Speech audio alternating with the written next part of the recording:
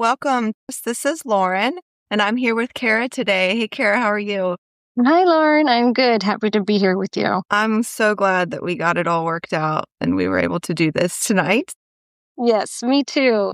Different time zones and busy schedules can sometimes take a lot of effort, but I'm happy to finally be here and be able to share my story with you and everyone else. Me too. Okay, so how would you introduce yourself to someone like me? I don't know you. How would you introduce yourself? I think I'm a fun-loving, lighthearted person who really enjoys life and people. I love to travel and dance. I'm really big into music and community, especially after everything I've been through. I really try to live each day to the fullest and just be very grateful for all the blessings that I have. Yeah, absolutely. I'm right there with you. You said you dance. Do you like to dance professionally or do you just go out and dance for fun? Danced professionally when I was younger.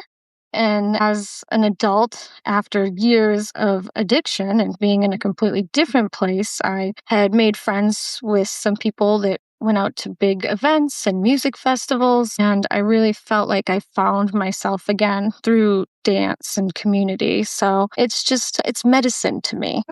Okay, awesome. Man, I wish I could dance. I cannot dance, but everybody has their thing that they do. So you said addiction history.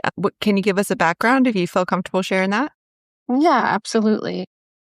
So I had always in high school, I'm 38 now. High school for me was when we started to first see OxyContin show up. And I grew up on the East Coast and it was just very prevalent out there. And everyone was kind of trying it. Me and the girls in high school, like, oh, this new thing. And had done things here and there throughout the years. And at 19, or no, I was 18, I met somebody who I didn't know was fully addicted at the time. He was older than me, and we had started to do the OxyContin together. And then from there, that kind of started to fade away as regulations came into place and they started to crack down on it. And then I was a heroin addict. I was a full-blown IV heroin addict for close to 6 years. And then I got clean in the springtime of 2012.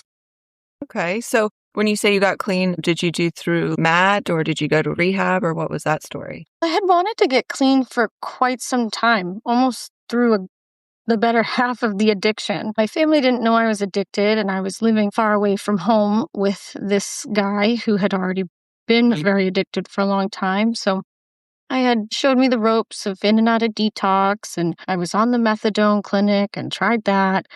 That was can only sustain that sometimes for so long. I was having to go there and back and forth. And then I did Suboxone, and me and him had to part ways. And I had to show back up to my parents' house and be like, hey, this is what I've been going through. I really need help. So they got me to a Suboxone doctor back home. I stayed on that for about a year to just kind of gain my footing back and was lucky enough to meet some sober friends. They're the ones that took me to my first festival. And I said, hey, this is the medication I'm on and this is what I'm going through.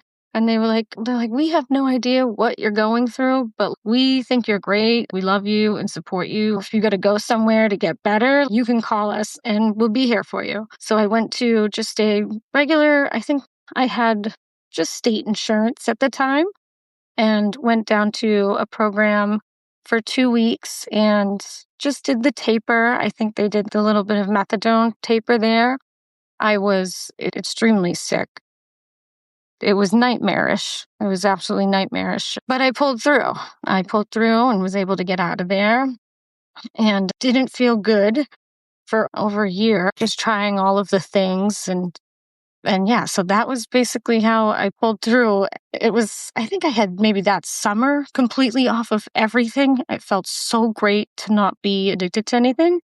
And then I got diagnosed with a really rare autoimmune syndrome at the end of that summer. And I think because I had been suppressing my immune system for so long, that when I had just come into contact with maybe a regular virus or whatever that someone with a healthy immune system could fight off, it flipped on me and it ended up giving me this very rare syndrome. And that rare syndrome honestly kind of saved my life because I was really scared of everything that was happening. And it was like the universe was telling me, you can wallow in this, you can be upset. The doctors were then offering me a low dose of Percocet to help with the pain. They said it's incurable, but this can help you. And in that moment, I just said, nope, put it in your system. Do not give me any opiates. And instead of going down that road, I said, I'm going to do everything I can to get better and understand my body and my health and what I'm putting into it. And I was just on a mission from there on out to build myself back up to optimal health and happiness again. Wow, that is so much strength. Oh my gosh, so much strength to get through an opiate addiction and then face it right in your face and just be able to say, no, that's super huge. I really commend you for that strength. That's amazing. I know not everybody's able to just do that. So I'm really proud of you for doing that. So what was your first experience with Kratom? So 14 years of sobriety from the heroin use. I've just moved across the country, new life, new friends, thriving. I started working for a CBD company and really got into plant medicine, which it had helped me a lot in the beginning of my sobriety journey. And found myself in a position to learn about it and just got really into it. So I was all thing plants. And with the rise of adaptogenics being really popular and everybody looking for alternative therapies, you think these are things that are all good. And I was just completely unsuspecting. I was at a music festival with my roommate, and she had ran into a company that was just giving them away for free. They were these little drink bottles of it, and they had a tree of life on it and looked really beautiful and such. And my roommate, she's very much a foodie type person. If she has something good, she loves to share it with me, enjoy the taste and flavors of life together. And so we got home, and she's like, this is so great. It just gives you energy and makes you feel good. And at this point in my life, 14 years later, I take 10 vitamins a day. I rotate. I know what my body needs, always trying to feel my best and stay hydrated. So I drank half of one of the drinks, and it had kava kratom in it, is what it said. And her and I had we had just a kava bar around the corner from our house, and it just felt like nothing really. I think it was just the act of going there and having some kava, but I didn't know what the kratom was, but I just didn't really think that it could be anything close to legal, pretty much heroin. And I drank it. I felt good. I didn't associate the feeling of it with anything. It had been 14 years, right? And even though you don't really forget that, you kind of do. It was like an illusion. I didn't know that it was what it was. So that was my first introduction to it. I had no idea. I knew it felt nice. It gave me energy. And yeah, she ended up ordering from the company a couple of cases of them. And we both shared them for a couple of weeks. And then I was like, I noticed that I think it was 2.5 weeks, what I was drinking, which was just half a bottle of it, I wasn't feeling the same anymore. And I was like, and then one morning I woke up and I was really sweaty and had that bit of withdrawal feeling. And I was like, why am I feeling this way? What is this? What is going on? I was like, is it me? I just didn't even put the pieces together at all until then I looked it up and I said, oh boy. And from there on out, I was off. Yeah. I know when I first tried it initially, see, I was a opiate addict as well, and it wasn't that 14 years, but I felt and I thought, oh no. Oh no. And it's same thing with me. It just woke something in me that I thought was gone. I thought it was put to rest, and it just woke that up in me. So and you just were there. It's very frustrating. You were just there and trying to live your best life. And it's just so scary to think that these things are just floating around out there for everyone. What was your progression look like? So you realized that you were feeling sick. How did that look? So I realized that I was feeling sick. We had these drinks in the house. We're incorporating them into our daily routine. I started to feel sick and I got online. I read about it. And then I had done what's called NAD therapy for my autoimmune syndrome before, which has just really helped slow symptoms. But I found something that said NAD could actually help you to get out of this. And I had only been on it a short amount of time. I was very afraid. I immediately told my roommate, I said, hey, this is what I think this is, then that's why I'm feeling this way. And I completely tried to stop drinking it totally, and I felt way too crappy. So I just maintained it a little dose. And I have a friend who's a registered nurse who does house calls with IVs and NAD. And I told him, I said, hey, this is what I'm realizing this is doing to me.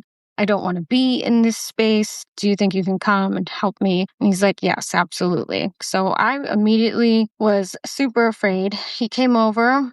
We did the NAD therapy, which is very uncomfortable. It feels like a lot of pressure is being put on your body. But sure enough, it helped tremendously. I didn't sleep for a couple of nights after that too great, but I had very minimal withdrawal symptoms. But that was just only had been using it for a short period of time then. And I was like, okay, like, Yeah. so happy I'm out of the woods. Holy moly, can't believe that you can buy this stuff. And in that time, I had found that you can go and buy it at gas stations and stuff as well, too. But I got myself out of it really quick that time around. Yeah. So can you just tell everybody what NAD therapy is, just in case they don't know? So we all have NAD naturally in our body, but it's one of those things, I don't want to say like collagen. As you get older, your body you don't have as much of it. NAD gives you energy. It's like cellular regeneration for your body. It's also been used as marketed as a beauty trend type thing, anti-aging. But yeah, it says it's supposed to just give you back your vitality and your energy and can just help people with a multitude of symptoms, autoimmune, but also can make your skin beautiful and glowing as well, too. And thankfully, I had a friend that did it for me. There are clinics that you can go into. It generally does range. The higher the milligram, the more it is. But I think what I had done, it would have normally costed about like $500, but so it can be expensive as well, too. And I know clinics that have it, they do have protocols for people that are looking to come off of like opiates or I think any type of drug, really. They will administer, maybe they'll do 2 sessions a week for a couple weeks down to 1 or whatever. So there are protocols and it has been shown to help people with withdrawals and cravings. So everyone's different though. Wow, that's really cool. So you said that helped you get through that really scary time that you felt. I know that's a lot of the going stories. We wake up and all of a sudden it's like, I didn't realize I was going to feel sick, or maybe I have the flu, but this thing makes me feel better. And that starts the cycle. What happened after that with you? So after that, I was angry. I was angry that this was a thing. I couldn't believe it. My roommate felt absolutely terrible. She is someone that I call my earth angel. And she said, I'm so sorry, Kara. I did not know. And I said, I know you didn't know.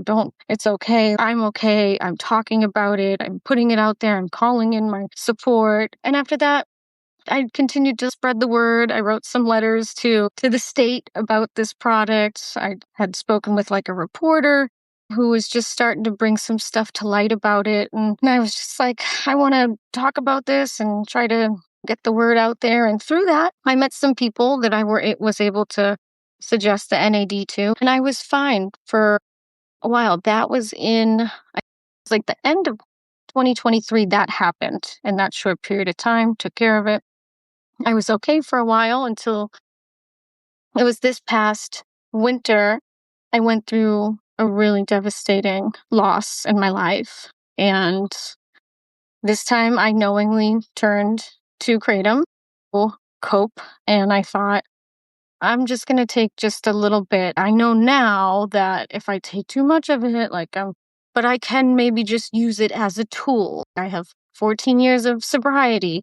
Yes, I have. I don't know. Some people would not say sobriety. I have taken psychedelics over the course of those 14 years.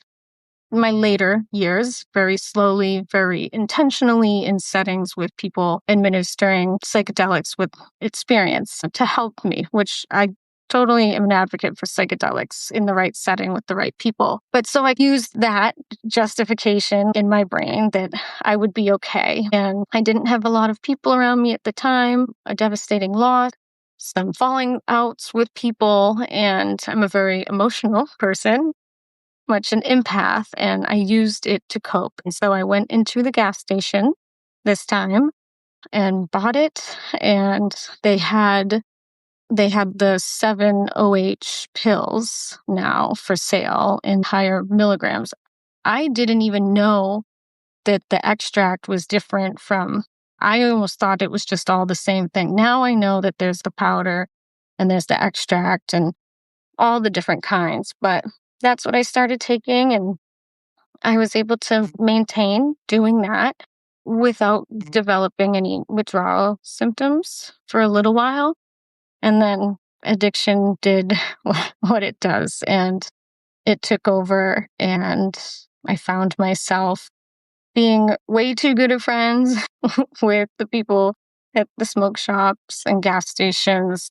Before you know it, I think my habit must have been up to, sometimes I think it was like $200 to $300 every 2 days with it. And I just couldn't even believe it where I was, but I knew where I was. And yeah, I was relapsing and down the path of a whole new can of worms for sure. Yeah. Yeah. So when you went back, because I was the same way, I didn't know the difference. I took extracts. I took some capsules a long time ago. Then I took the 7-OH pills. I thought the same thing. I thought it was all very similar. So were you taking, when you went to the gas station, you said you found 7-OH. Is that what you started taking when you went back? Or did you start with the extracts and then move into 7? I started just with the extracts in the liquid form was my first go around with it. And then I went to the pill, the extracts. I think they were like 25 or 30 milligrams per pill, and they were sold. And the first ones I got were in like a 4-pack. And I think they were like $25 or $26 for just 4 of those pills. Yeah. Yeah. So I don't know, some people say the physical symptoms were the worst. As you were growing in your addiction, what are some things, was family coming into play? Were people saying anything, or were you just isolating? I was completely isolating. I had gone through a very devastating breakup and it's very interesting. I was departing from a group of friends that I felt weren't in alignment with me anymore. And then the breakup. And then I think it all just kind of came tumbling down on me at once, because it was like I was starting over like my life and my world and my community again and rebuilding that. And even though I knew that was good for me, emotionally, it just all impacted me like at once. And my family doesn't live anywhere near, everyone's in different states. I had moved into a house on my own for the first time and had been at the house for a while by myself. But then I had 2 roommates, but everyone's on different schedules. So really, I was just very isolated. Nobody knew anything or could tell any difference. And it was the same when I was addicted to heroin for almost 6 years. I would see my family from time to time, but nobody had any idea. So I'm really good at hiding. Do you notice anything like physical? I know with like myself, because I only have my experience, I lost a lot of weight. I just looked like my face just looked all sunk in. Did you see that thing that start to happen as time progressed? Definitely. I looked terrible. I was like, my face was gray, and I feel like I always had bags under my eyes. I was just highly addicted to sugar. Again, Kratom also it just dehydrates you. You can't go to the bathroom regularly on it. So having to use other things to help you to go, other supplements. And you know that it's doing all of this to you, and you're just doing everything to just make your body function properly. But I was staying up all night, just up all night and sleeping all day. I was in a place where wasn't working all the time. And I was able to do that. But when you're not working, money goes really fast. So I pretty much had isolated for those months. And I knew I couldn't keep it up for long. I wanted to just go back to my life. I knew that these things had happened to me and my triggers, I guess you could say, which I feel is very deep hurt from people I love, and putting it out there as that I'm hurt. So this was done to me. I have the right to do this, which is silly, but that's what has gotten me in that place before. And I decided to start to lower. And even just lowering, I was realizing how sick I was. I couldn't even believe it. I had played around with it at different milligrams.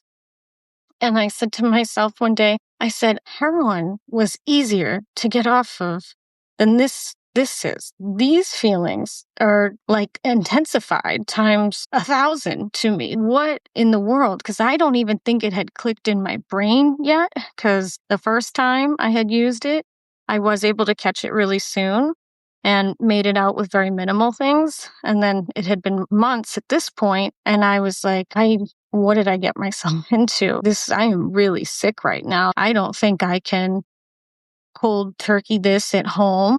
I don't know what I'm going to do. So I had a regular doctor's appointment one day, and after trying everything I could on my own, I was just like, brought it up to the doctor. I was like, hey, this is what I'm going through. This is what I've gone through before. I need help. I need some sort of help. And she connected me with a program with doctors that offers support, counseling, medications, and things like that. So yeah, I realized how sick I was and I needed to ask for help. Yeah. Wow. And so it just, when you got to the point where when you said you were so sick, I really think it's important for us to relate with people as they're going through it. Because I think there are some people that are just going through it right now. And the height of it, what are some of the things that, if you would try to quit, were you experiencing? I was experiencing extreme pains and restlessness in my arms, especially my forearms and my legs. I could have just sawed them right off of my body. And I had bought hand massagers, leg massagers, things like that from Amazon to help me to get through the withdrawal. I was just pouring sweat, anxiety, just pins and needles in my whole body. It just was the worst thing I've ever felt in my entire life. I really tried to push myself. Once I got the doctor that was the substance abuse doctor, I told her what I was going through. And she said, I'm going to give you all the comfort meds and everything that you need. Because if you feel you want to try to detox at home, don't do it cold turkey. I felt like she just trusted me to do what I needed to do with those medications. Whereas where I grew up, it would never happen. Like, she had given me Klonidine, hydroxyzine, Valium.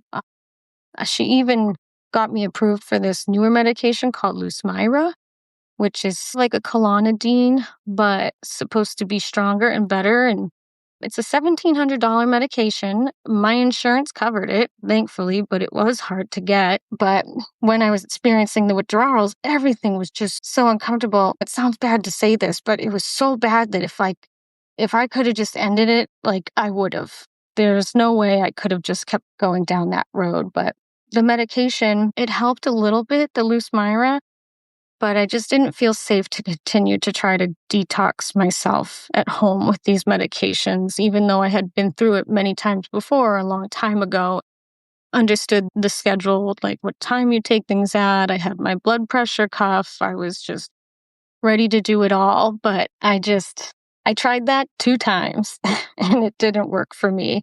And from a long time ago, I know that I am someone that can push through it because I had done it many times. But Kratom, it's a whole nother level of sick and uncomfortable. Yeah, I know. Another thing with it being so readily available, it was just like, lay there in bed, know that I can't sleep, know that my body hurts. If I could just wait until the gas station opens at 7:00 in the morning, I can just go feel better just for today, and I'll fix it tonight, or I'll quit tomorrow, or we'll do it this weekend when I can be sick. And it's so easily to get a hold of that it made it even harder for the quit to happen. I can't imagine trying to do it at home with meds, but it sounds like you were really prepared, which is crazy to think that even with all that experience, that it can be so defeating, even though you know exactly what you're supposed to be doing. Yeah, so defeating. And you can have all the willpower in the world sometimes. I hear a lot of people say, I just white knuckled it and I stopped. And when I hear that, I think to myself, I know how different everybody's bodies are, if some can say that. But also, when you're someone who has maybe a history, they say every time that you try to get clean, it gets harder and harder. And I did find that true throughout my 6 years of addiction. I think it was year 2 was when I went into my first program of that time period. And it did get a little harder and harder every time. The last one was terrible. And so stepping into this, I was like, is it because I've put my body through this before, even though it was so long ago? And I eat so healthy now and I work out, I go to the beach, I do yoga. Is it because of that? Does your brain not forget, or something to do with your receptors that makes it harder?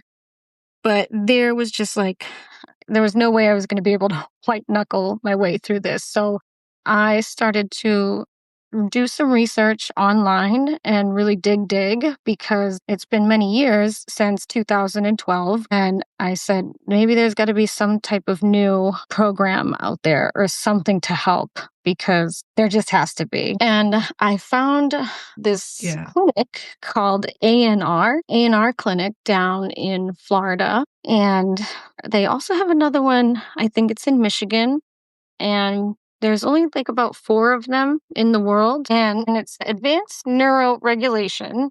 And a lot of people think it's a rapid detox, but it's not. It's actually really different from a rapid detox program, which I've read a lot about rapid detox. Sometimes it's a roll of the dice if you're going to come out of there with withdrawals or not, or you'll still have post-acute withdrawal syndrome for a year or 2 years after. So I didn't want to do that, but I did try. I found ANR. I did call a couple of those clinics. It just kind of sketched me out how the people I had talked to and didn't get calls back. It just didn't seem like they'd really cared very much. So I kept on looking, and that's when I found the ANR clinic down in Florida. And what they do is they basically administer like naltrexone and some other type of agonists, and they attach to your receptors and they displace the opiates from your receptors so that you're not feeling those terrible withdrawal symptoms. It doesn't wipe all of the opiates out of your body, but it just kind of holds them at bay. And then they'll put you under anesthesia for about 4 to 6 hours. Everyone's body's a little bit different, how long it takes for everything to kind of level out. And it's basically just a one-night stay in the hospital, and you wake up, no withdrawals, you're A-okay. So I read all that. I called them, and I was just, was willing to do anything.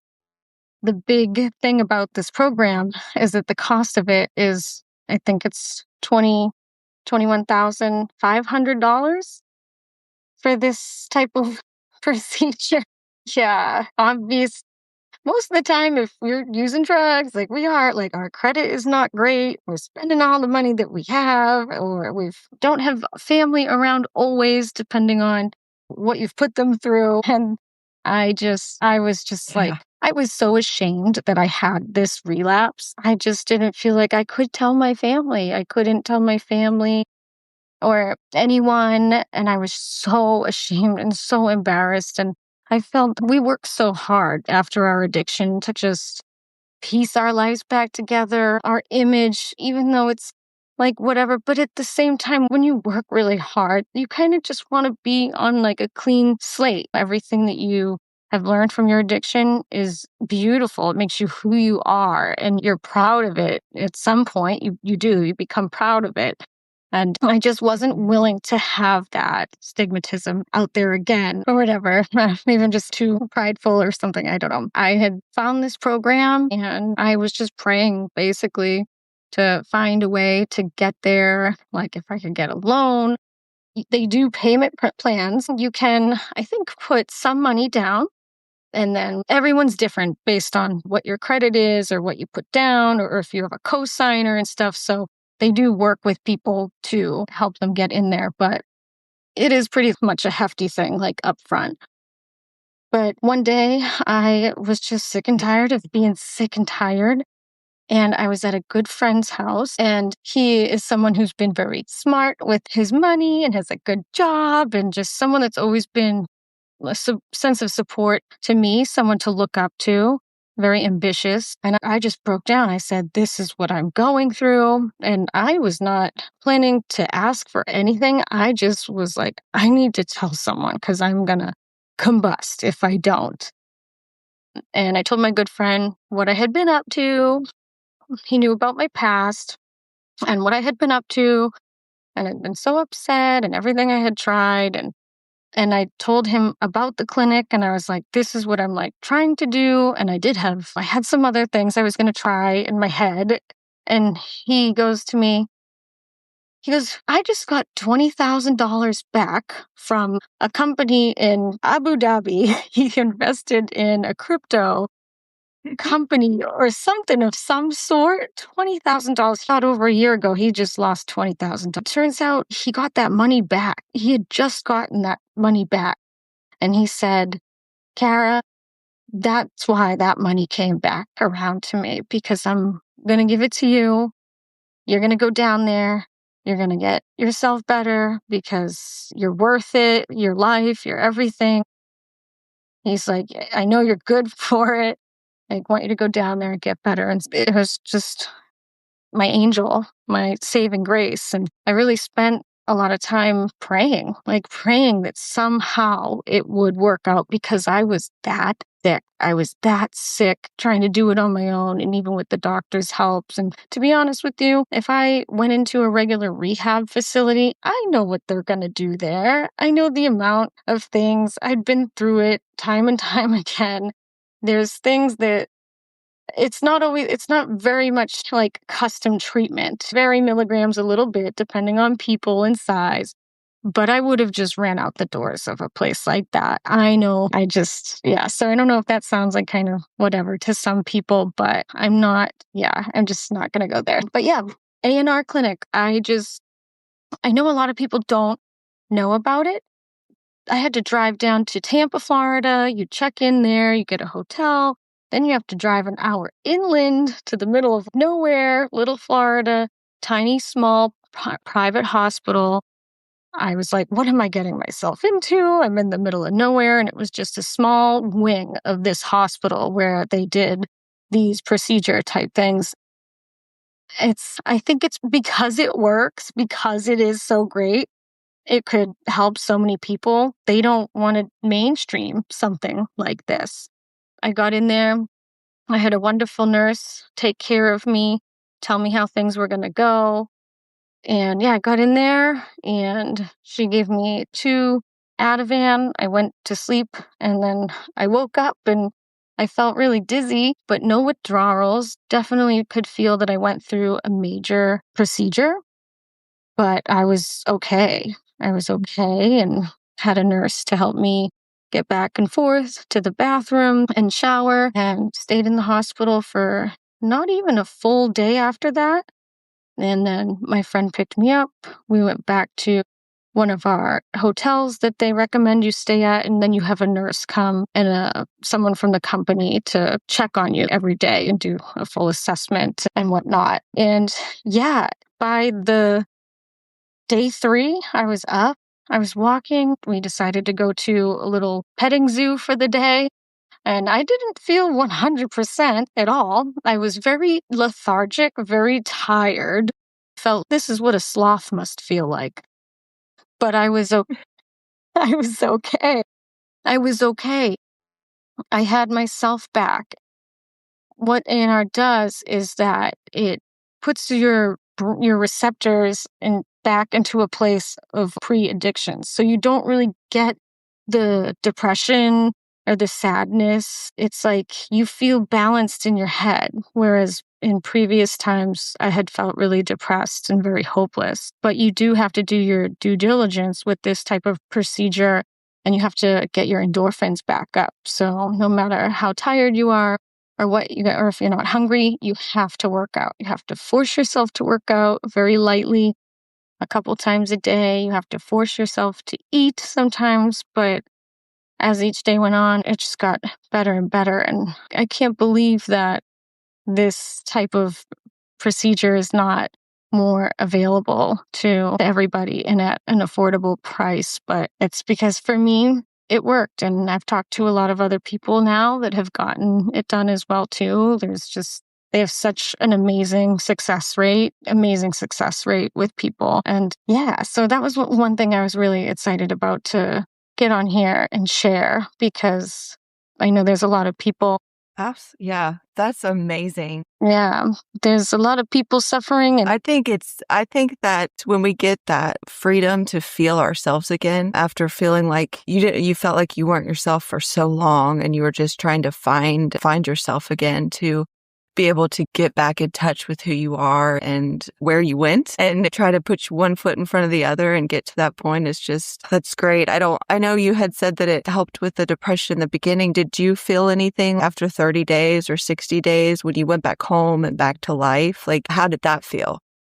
it felt they have you leave there and you're taking the pill of naltrexone, which is going to block like opiates and stuff. So I was just taking that, and I decided to come off of it after a little while because I just felt it. I didn't, but I wanted to just be me, like totally no support meds or anything. I knew I just needed to get back to who I am and what I was doing. But I felt good when I got home. Like I said, I still had the tiredness about me, but in my head, in my mind, I was just like, every day I was like, what? What a miracle. What a blessing. How do I just feel this much better, this good? I'm not dealing with all of that other stuff. My stomach is working fine again. I'm eating, I'm getting that color back in my face. And yeah, I felt good. I've always been on a mood stabilizer, which is something that really helped me in the beginning of my journey in 2012, lamotrigine, it's not an SSRI or an MAO, it's just a mood stabilizer. It's for seizure patients, actually, but they found out it helps with mood disorders. That really always helped me just stay steady Eddie. I don't feel anything from it. Since talking about that openly, I have a lot of friends in recovery that were like, I took lamotrigine too, and I just don't think about crazy thoughts and cycling and stuff like that anymore. So that was one that really helped. So I continued on that. And yeah, I've felt fine. I've felt proud of myself and just really thankful for ANR Clinic down in Florida. And I hope that anybody that hears this and they can relate or in a similar position of just that desperation, there's no way I'm going to find my way out of this. That is an option. And hopefully you can have an earth angel come into your life or take out some loans or sell some stuff or whatever you got to do, because otherwise you're just going to burn through all your money doing Kratom anyways, and it's priceless. It's like I would have literally sold the roof over my head to go and have this procedure done to just have myself back. And I've watched the products on the shelves just go. There's new ones like every day in there. It's absolutely insane the amount of products. They're from the floor to the ceiling now. A bunch of different brands, stronger milligrams, and they look like candy. I used to say a long time ago, I wouldn't eat any supplements from the gas station ever. I've seen those silly little pills for things and stuff, and then, oh my gosh, I'll just never say never. Yes. But yeah, where I live, there's actually a Kratom bar right around the corner from me. I never went in there, but you can go in there. You can sit down and drink completely legal heroin, as I'll call it, and that's okay. And sometimes I just wonder, is this being done to us? Is this being purposely done to us? Because how is it not, honestly, when we know what opiates and these things do? Yes, we feel good. We can do this, that, but then we are dimming our light, no matter how productive we are on it or what we're doing or not. It's dimming our light. And just there's going to be so many unsuspecting people out there. I was in recovery for 14 years and it came into my life. So I can't imagine how many people are just so hooked on it now. And I still vape, so I do go into the smoke shop and I don't feel triggered or anything by it. But every time I go in there, if I'm waiting in line, 2 or 3 people ahead of me are buying it, or 2 or 3 people behind me are buying it, and people are buying it. And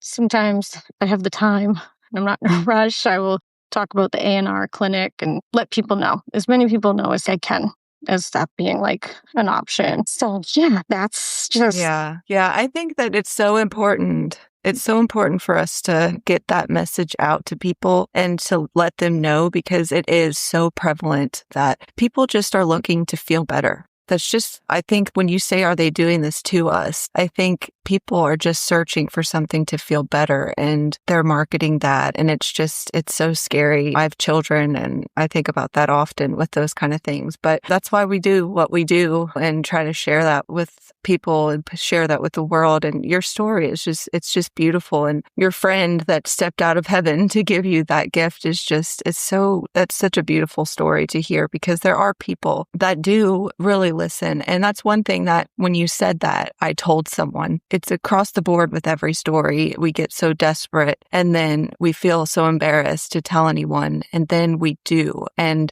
a lot of times there is just someone out there that wants to hear and wants to help. And so my mission is to tell everyone, find someone that you can just tell, even if it's maybe somebody that you might not think that you can talk to. There are people that want to help, that want to step in, that may not even understand addiction, but they understand a person and that we are people and we can connect that way. So I think that it's really, your story is very beautiful. Do you have anything that you do on a daily basis to help with your recovery, or do you have any times where you feel like you might have been tempted to relapse?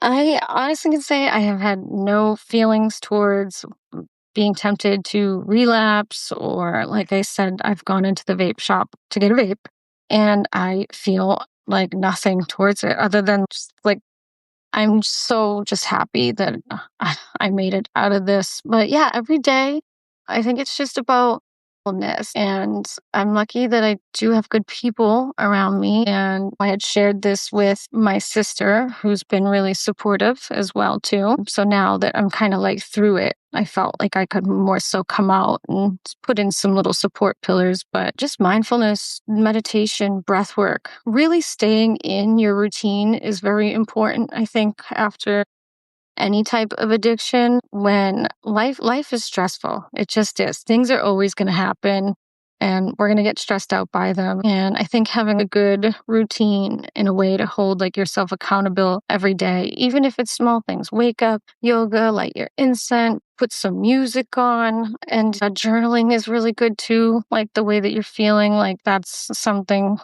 that's been super helpful for me, is just how I'm feeling. Also writing a lot about like my future and like really looking into things about my past and just meeting them with acceptance, not trying to figure out why things happen, not looking back and regretting things or being upset, but just really like being at peace with certain things and eating healthy, making sure you have a good diet, things like that. I don't go to any meetings. I haven't since a very long time ago, but I'm open to it. But I feel like the people I have around me that do know now have been really helpful in holding me accountable and checking in with me for sure. So I think it's just being your own best advocate and trying to just live a healthy lifestyle. And if you can help it, don't go into the vape shop or where Kratom is and stuff too. You have to. So yeah. Yeah. Protect ourselves, right, from all that. I know people in my life see it and they ask me often, do you get tempted by that? Does that draw you in? And it's the disgusting feeling it has left me with in my life, and the wreckage that it brings is just so not appealing anymore. There was a time where absolutely it would have been, but at this point, the recovery path and, like you said, mindfulness and being just aware of who we are right now and not trying to put too many expectations on ourselves and just being in the moment. I think these are the beautiful things that come from recovery, and that we get to tap into those things that I think some people look past. And as addicts, we have become aware of the superpower within us of being able to see life for what it is right now and just being very grateful, like you said in the beginning, just being very grateful for what we have. Is there anything else that you would want to share or anything you think you might have forgotten to say? Just for everyone that's going through this, I have just always known and felt in my heart that us addicts are just some of the greatest people, the most like loving people I've met. I do believe that sometimes the tougher the lesson, the bigger the blessing. We're being asked us to step up within ourselves and face these types of challenges because we are here and meant for so much more. We all have a special gift that, whether we know what it is or not, that needs to be shared with the world. And when you go through addiction and something like this, it just gives you such a deep insight to not only yourself, but to others as well too. So you really, we're just such beautiful people, and we're just trying to cope in a world that is a really can be a really tough place sometimes. And we're not selfish. We're trying to solve our problem and medicate ourselves so that we can be okay. And the world doesn't really see it that way, but that's all we're trying to do. Yeah, so I just wanted to say that anyone going through it, don't feel bad about yourself or get down on yourself. If you want it, you will get it. You will find a way. And yeah, and you're just going to go and do something really beautiful in turn with all the knowledge and lessons that you've gained from it. Kara, thank you so much for being on the show. I so appreciate your story and your heart. And I hope and wish the very best for you in your recovery journey as we go forward. Thank you so much, Lauren, and you as well, too. I'm so happy to have gotten to connect with you and share my story. Absolutely. All right. Have a beautiful evening.